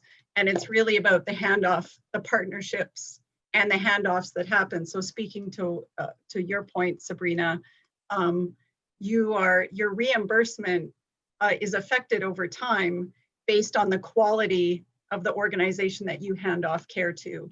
So they've really done a big overhaul in the system down south. And it's really complicated and challenging, but it's very fascinating comparing. I know we do have measures here. We do look at, say, 30 days post-discharge or post-operatively, or 45 days. And I know that there are measures here, but I'm just not sure if it applies across the board. I think this would be a fascinating topic for just another panel for all of us. For sure. We have a whole list of them. You have your calendar scheduled for the next, every month for the next year. Happy to. This has been fun. I'm just going to, there's a couple of questions in the chat that I want to turn to so I don't ignore them. So the question in terms of, what's the moment you realized your business was making a positive impact on the lives of those your product is intended to support and help? So Fred, again, I know you're maybe at a different stage, but do you want to comment on that? Yeah, I think that we are in the first steps here in the MedTech ecosystem, Waterloo's ecosystem. So we are still getting to know everyone. And I just wanted to comment on that. I think that a quarterly meeting, as Mary Pat suggested, I think it's a good thing. And the knowledge avenue that we are able to, like, after some very interesting meetings like this one, we're able to continue discussing things. And I think that each business here, we have our own peculiarities, our own individual things that we have to face, our challenges. But when we share knowledge, it's very important. I have a friend that he's an entrepreneur as well. And I always admired the way he shared a lot of content, a lot of knowledge, and a lot of details on his businesses. And I said, are you too afraid of like someone stealing your ideas or whatever? And said, no, each business is unique. So each business has its own challenges and own strategies. And like, if you can say even like, I don't know, Facebook and Pinterest or whatever, you have different and unique perspectives for each business. And even though you may copy others' ideas, but you won't do the same. So I really like sharing knowledge. I think it's really important. And I think that this knowledge avenue will be very important for our MedTech ecosystem. And I think that regarding the positive impact on lives, it's just as we're talking to not only immigrants and minorities and the therapists, we feel that when we share what we are trying to accomplish, and they want to go on board. And I think that our mission now is to understand who wants to go with us on our journey, who are we going to be able to help, and who are going to help ourselves as well, the two-way. And I think that's the most important thing. Like, we have to understand what is our real target audience and who's really going to be part of our community in the long term. And yeah, answering Leanne's question. Thanks, Fred. Sabrina, take a couple minutes to share your thoughts on that question. I think every time that I work with parents and I have them have those aha moments. Most recently, a family I'm working with, their son has been removed from school because the school feels that they can't deal with them. And so when a child is removed from school because of those having issues at school, behavioral issues, and then having parents have these aha moments about, how do I express to the school what my child is like or how they can help my child? And then when you have those aha moments where they're like, oh, I didn't realize that he is a very visual learner instead of an auditory learner, and he needs to have everything written down, otherwise he doesn't process it. Even that small little change will make a huge impact when they try and reintegrate him into school, right? So those parents now feel like, I have this knowledge that I knew that that I've realized that I didn't know how to put it into words, and giving them the words behind it. And so having that impact, and then also being able to just, having that feedback off of, groups that I'm allowed to be part of, where parents get this sense of feeling that they now have something that they know a little bit better than they did before, right? So, and having that feedback, I think is huge, just the positive. Yeah, and that's when I think about your business, that's the beauty. There can be very much that relatively speaking, immediate gratification that comes through those interactions, which is amazing. Mary Pat, just you want to take a story or anecdote on that front from your vantage point? Yep. So definitely, like Sabrina, everyone here, when you create something that is to help a patient or a person, it's the anecdotes, it's the stories, it's the testimonials that you get. It's with that very first product, Memory Sparks 1, I'll never ever forget us putting it in front of somebody who was quite far along with dementia, and she just started weeping and saying, I can see that you did this for me. I can tell. And that's it. That's really what you're trying to do, is you're trying to do something that helps this one person, and then this one person, and then this one person. And that's why you started the business, really. Now, of course, you need all of the other, so as we expand it out, hearing from families who say, especially during COVID, I sleep better knowing that my dad's okay. I know he's well supported. I know he's well cared for. And it's because of this that I know. So being able to share a little video that can be shared with him at night to calm him or soothe him before he goes to bed when he's in distress, that's incredibly powerful. It's powerful for the staff. So having staff say, I never want to work without it. When you hear those things, or we do have one hospice partner, which is like a very powerful partner to have.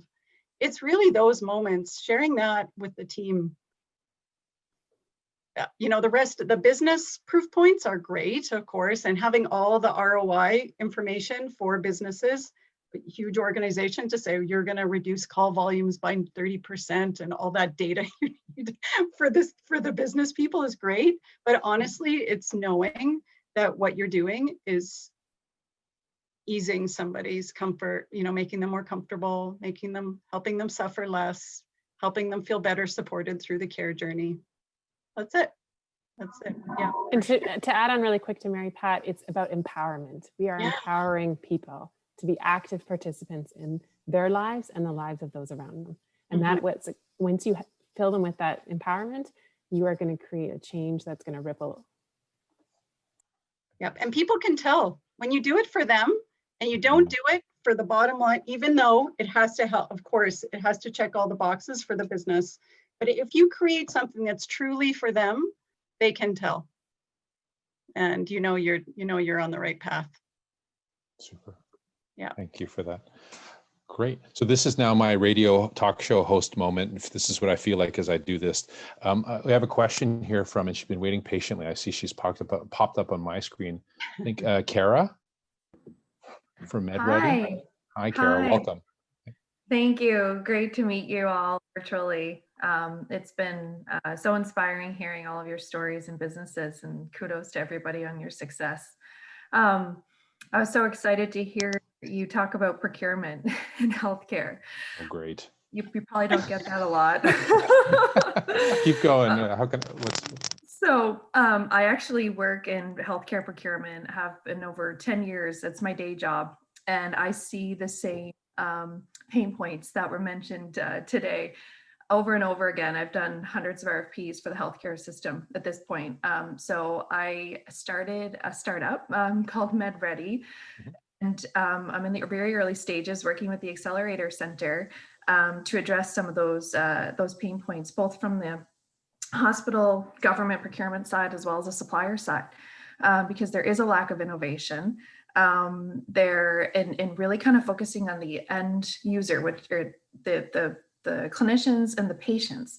Every single piece of medical equipment or service that's purchased is for the patient. That's the end client, and really keeping that in mind. So essentially what, some of your comments really spoke to me, because that is a huge area of, it could be leveraged better for strategic innovation and helping with patient care, and bringing those groups together from the supplier side to understand what services do you offer and what products you offer. And you're right, the technologies are changing so fast.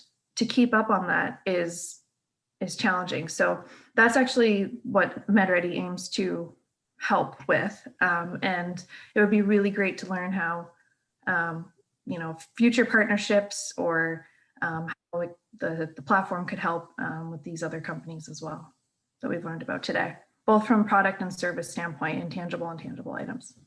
Yeah, no, that's great. I mean, and it's for me, it's exciting to hear that, for someone such as yourself who's kind of on the inside and kind of sees something and smells an opportunity as pursuing it. I'll say something that's hopefully practical and accordingly, hopefully something you're actually interested in, your passion to try to solve something here and to fill a gap, which is exciting. I think without question, if there is a platform, and I'm not sure if this is the question, but from my standpoint, if there's a platform that can help us continue to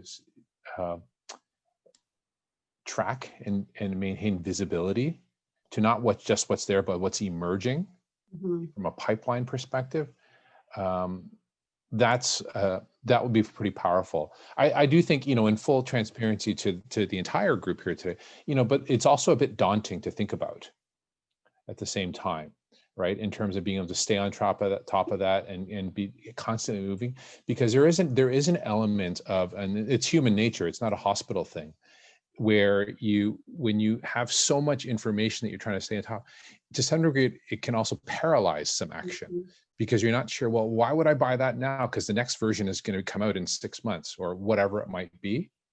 But at some point you need to dive if the problem is big enough and you need to sort of take action. And so that would be just sort of my only caution or reaction in terms of, as you sort of work to sort of solve that piece of the value chain.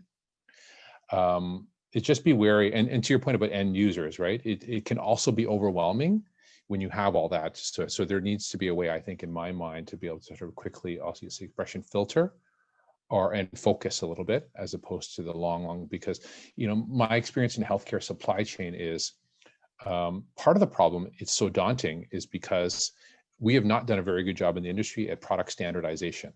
Yes, absolutely. And I'm not even talking about technology now.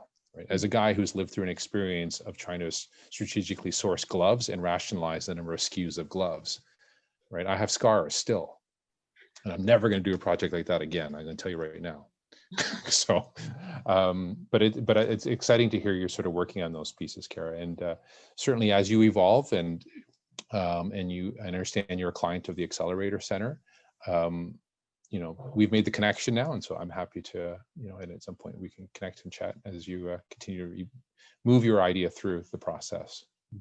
Thank you very much. Thanks. Hi, Young and Kara. I think I would like to jump on this one. Sure.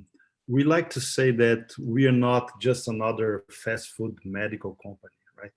And I think that our mission is to understand how we can be unique, how we can offer valuable services and products to our clients and to our therapists as well.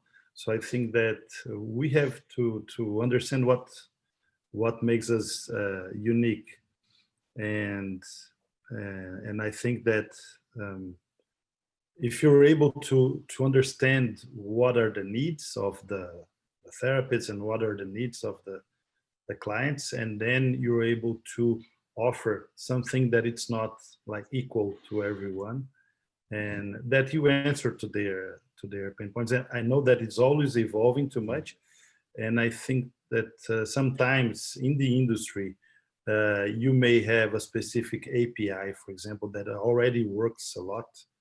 It helps to solve a specific problem that you may have, and you may add one API to your solution, for example, because in the end of it, what matters is your whole thing, right? If it's addressing what you came here to solve.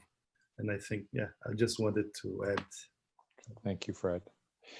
Sabrina, there's a question here in the chat, and I'll throw it to you just to start. And so, you know, fundamentally the question is, you know, on the healthcare practitioner side, whether you're an OT psychologist or otherwise, when you take a platform like you have developed, and in this case for OTs in particular, you know, what's been the reaction, you know, I'll say with your peers, professional peers, around what a digital platform has created in terms of a potentially greater reach of clients to connect with and serve? It's very interesting because pre-COVID, people were very against the idea of online therapy, right? So that nobody was going online, not even, you know, locally, there was very few options, right? Post-COVID, everybody was forced to go online, and then that's become more of a norm and an opportunity for people. I think that in one sense, there was a lot of challenges I faced because fellow therapists, they recognize the importance of parent communication, but they feel that if we don't focus on the child, then it's just the way that it's always done, right? So what I'm trying to fill is that gap. And I think that's what I always focus on. It's that gap between where a child gets diagnosed or told that they, you know, would benefit from some sort of therapy to the point that they can get into one-on-one therapy. And what I say to those therapists is that this is not to replace you. This is to provide that interim solution for you. And then that was a little bit more well received. The challenge was too, is that it's a different mindset and way of thinking. Again, the provincial government pays for a child to be seen. They won't pay for a parent to be seen. So that makes a difference as well. So a lot of the public users or public providers only get paid if they see a child. So they won't get funded if they see the parent only. And that needs to be changed from the perspective. So they can't even change the system that they have because they won't get funded. And then I question them, and I challenge them, because for me, I would be happy if every provider could provide some form of parent knowledge and communication, and we could all modify the system and make this better, right? So I always would challenge them to think about the way that they're doing it, and could they do it differently? Because in the end, again, it's not about me, it's about creating a better future for our kids. Okay, super. So listen, we're coming down to the last 10, 13 minutes or so. So I wanted to wrap up with one other question before I turn it over to John Stevens to sort of close the session. But, you know, what I've heard today is a ton of amazing points around sort of what it's taken each of you to sort of grow your businesses to the point where they are right now, and what's driven each of you as individuals and as companies. And at the heart of this, if I could summarize, is, at the end of the day, it's very clear that to pursue a digital healthcare business in today's environment, it is not for the faint of heart, and it is one that is clearly driven by passion. Passion, perseverance, to do a whole lot of things in terms of and rolling up the sleeves and on a number of different levels. The willingness and openness to pivot when you need to pivot, as opposed to what might have been the original vision in your respective cases. And then I think I heard a lot about the power that has been created just by sessions like this. And I think, again, I'll just use, I guess if anyone walks away from anything from this is, the notion of knowledge avenue. So congratulations, Fred, on coining that. In the vehicle, which, folks such as yourselves who have gathered here today can continue to learn from each other and encourage each other. I think is a really powerful opportunity to move forward. And I've also think I've heard, and I want this group to understand that I have taken to heart, as much as I knew it, and I've heard it in other conversations, but the more I hear it, the more it really reinforces it for me, is really continuing for me to think about what I need to do, what my organization needs to do, and others like us to help work as part of this ecosystem. And encourage and support that as well, because quite frankly, it's for the benefit of all. And we share as a common vision and passion, quite frankly, better health and health outcomes for, our community. So those are some key things that I have taken away. So that said, Mary Pat sort of touched on this a few moments ago, but there, and it's not to play like, there is a harsh reality though, that as we follow our passions and our pursuits to do better for others, you guys are building businesses. All right. So for those who are here, who are trying to build their businesses, and we just heard from one lovely young woman who was brave enough to sort of put her face on the screen today and ask a question about her business. Top one thing you'd offer up in terms of as you go to sort of scale the business, and there's the commercial aspect of this, seeking funding, et cetera, and so forth. What's the top piece of advice? And I limit it to just one because I'm conscious of the time. Maybe top one or two things that you would offer up to future entrepreneurs who are coming behind you around, I'll say, the business aspect of pursuing your aspirations. Mary Pat, I'll start with you. If there's one thing I would say, take your time on and dig into, it's the cost of marketing. Marketing is huge. I don't think, so it's about getting the word out. So all of us would love, so what Sabrina's touching on with you, Young, about having doctors or experts say, could you at least please just tell people about us? Like the cost of getting the word out about your business to break through the noise in healthcare, just as you find it challenging, Young, to figure out there's a sea of products and services in there. We're one little voice in the sea, and we're competing. My competition are the multinationals, our Cerners and Point Click Cares, and all of them who have family room add-ons that are a checkbox feature that are on their website, that they have multi-million-dollar ad campaigns to promote, and business. We are competing against all of them. The cost of marketing is so significant. And you think if you're just one person with a passion and you find your champions, that is not actually a scalable business that big investors will invest in. They need to know that you have a plan on how you are going to get the word out and how you are going to be profitable. So otherwise you stay at hobby business level. So you have to do your work on marketing. I say talk to people that are experts in digital marketing, healthcare marketing, people that have come before you. I mean, if anyone wants to talk to me about that subject, I would be happy to book time with you and just tell you everything I've learned. And then at least you're informed. Then you can go to an investor and say, you know what I need? I know I thought I needed $1.5 million. I need $12 million. Or whatever it is. Because if you can imagine, I'm still learning these lessons. I'll give you one example. LinkedIn will charge me $50 per click on an ad just to get to my website, just for a click to get to my website. So everything we're doing is organic. We say yes to every panel. We say yes to every opportunity. We cheer when our mentors like one of our posts. Like it is because we know the value of that. And that's why if our community organizations see something that we're doing that's worthy of being celebrated or pointed at, it's absolutely critical to those of us that are in early stage to have our partners and our network cheer about us, honestly, and point at us because you're trusted. Makes a big difference. Referrals are really important. That's my nugget. Fantastic. Sabrina, how about you? Just had an idea for you, Young. You should have a growing in our community feed on the Grand River Hospital that you say, hey, look what we heard about. It doesn't mean you support it. It's just, hey, what did we hear about? And then you could highlight these companies, such as ours, that are doing great things in the community. Just an FYI. Yeah, thanks. Okay, but that does not answer the question, Sabrina. No, I take that idea. I note it.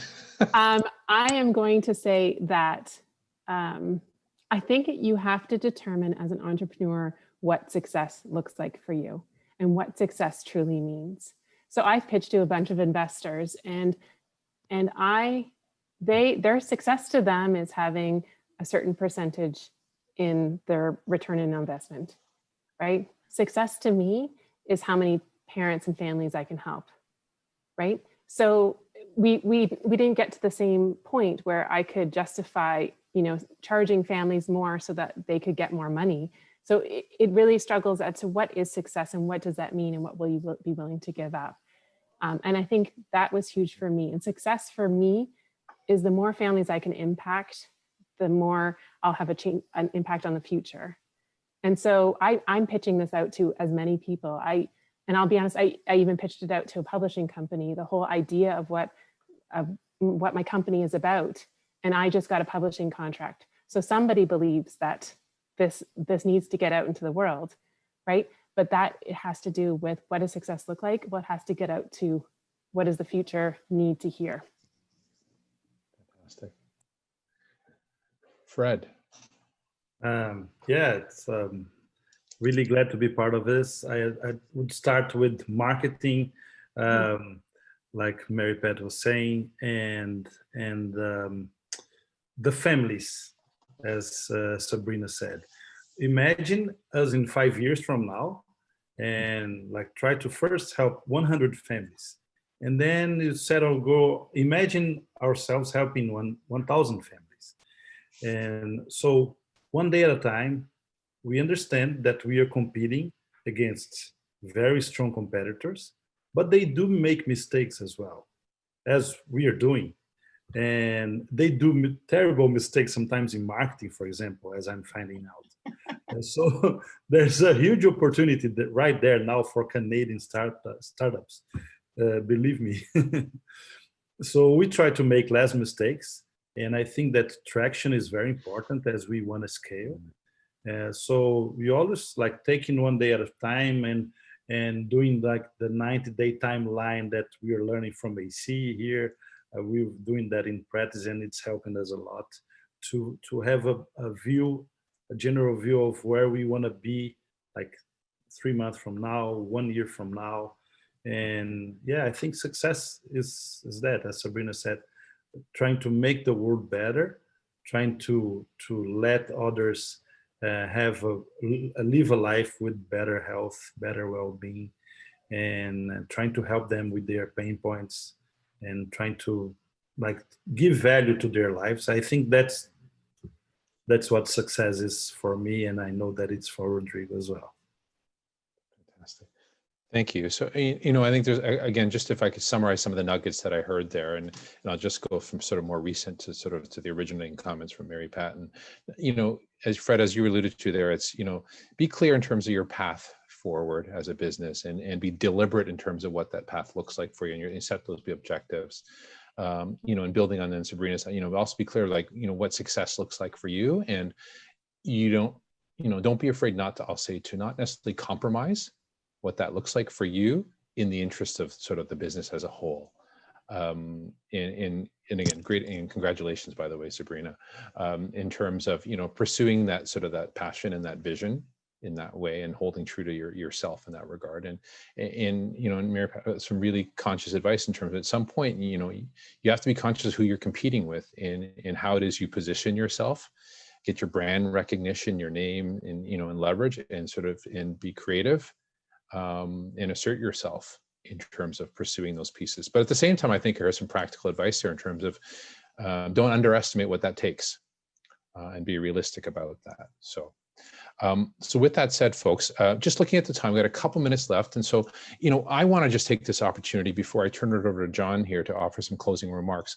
I want to thank each of our panelists from my standpoint, and thank those who sort of asked questions and allowed for some further dialogue. I think I personally, on my end, have enjoyed the time, and I personally have learned a great deal just by virtue of the time that we spent here today. And I think that's a key common theme in terms of what we learn when we come together like this. So I appreciate the privilege and the opportunity to serve in the moderator role this afternoon with you all.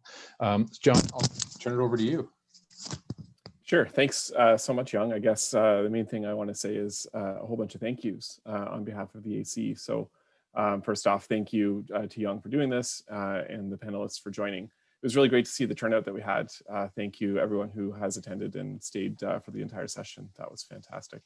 And it was really good to see some people again. Mary Pat, it's been too long, so really good to see you, and nice to, in this format, meet Sabrina and Fred. So thank you very much. I think the takeaway, I mean, there's a number of takeaways, but for us, great input on what the community could be doing a bit better, and how we can work together. And I think that when it comes to healthcare and anything that's really important, it truly does take a village. And this is something that we are working on, conversations with our friends over at Community Tech, Mix and Velocity, and things that we think we can be doing very soon. So hopefully something comes from that, but that's definitely been heard. Lastly, again, thank you to Young for moderating. Fantastic job. Fallback, certainly, if you ever need to on radio or as a podcaster, but definitely for us, hopefully you're going to come back and provide us with some more assistance. This was really, really great. I mean, really, we're lucky at the AC to have you as a partner, but also as a community to have someone like you in the position that you're in as a forward thinker for the hospital. So thank you to everyone again. Hope to see everyone again. And if you ever have any questions for the AC team, feel free to reach out to myself or any member of the team. And again, thank you. Hopefully we'll see you in a similar session in the future.